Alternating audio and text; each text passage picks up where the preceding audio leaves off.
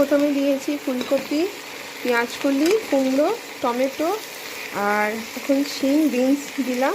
এবার আলু দিয়ে দেবো, দিয়ে এটা ভাজা ভাজা হতে দেবো। তারপর আমি টমেটো, আদা, পেঁয়াজ, রসুন এগুলো গ্রাইন্ডারে পেস্ট করে তারপর এটা ভাজা ভাজা হয়ে গেলে সেই পেস্টটা দিয়ে দেবো।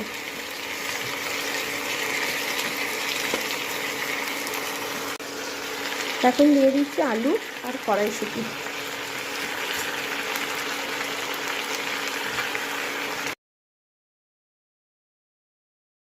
দিয়ে দিচ্ছি জিরে গুঁড়ো,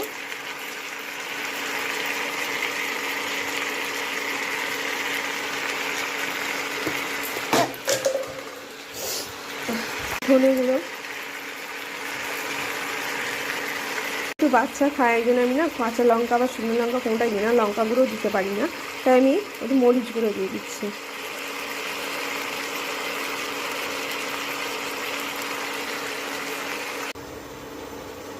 গ্রাইন্ডারে দিয়ে দিলাম টমেটো। এবার দেবো আদা, রসুন, পেঁয়াজ আর ধনে পাতা দিয়ে তারপর আমি গ্রাইন্ড করতে দেবো। টমেটোর পর দিয়ে দিচ্ছি পেঁয়াজ, আদা, পেঁয়াজ আর রসুন, আদা, পেঁয়াজ, একটু নুন দিয়ে জল দিয়ে গ্রাইন্ড করতে দিয়ে দেবো। দিয়ে দিচ্ছি নুন,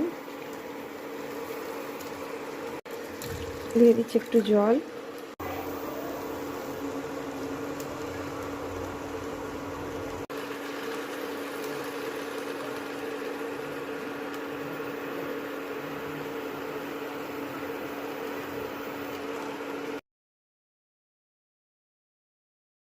সবজিগুলো সেদ্ধ হয়ে গেছে, ভাজা ভাজা হয়ে গেছে। এবার আমি গ্রাইন্ডারের পেস্টটা দিয়ে দেবো, টমেটো, আদা, পেঁয়াজ, রসুনের পেস্টটা দিয়ে দেবো।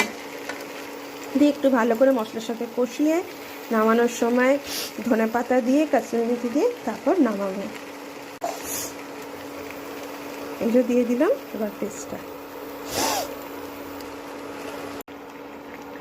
এবার নামিয়ে নেবো, তাই এখন ওপরে ছড়িয়ে দিলাম ধনে পাতা, দিয়ে দেবো কাসুরি মেথি। কাসুরি মেথি হাতে একটু ক্র্যাশ করে নিয়ে দিয়ে দেবো।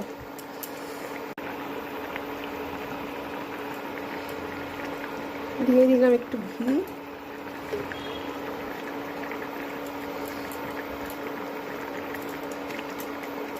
এবার দিয়ে দেবো কাসুরি মেথি। হাতে নিয়েছি কাসুরি মেথিটা একটু ক্রাশ করে দিয়ে দিচ্ছি। কাসুরি মেথিটা ক্রাশ করে নিয়েছি, এবার ওপরে ছড়িয়ে দিই।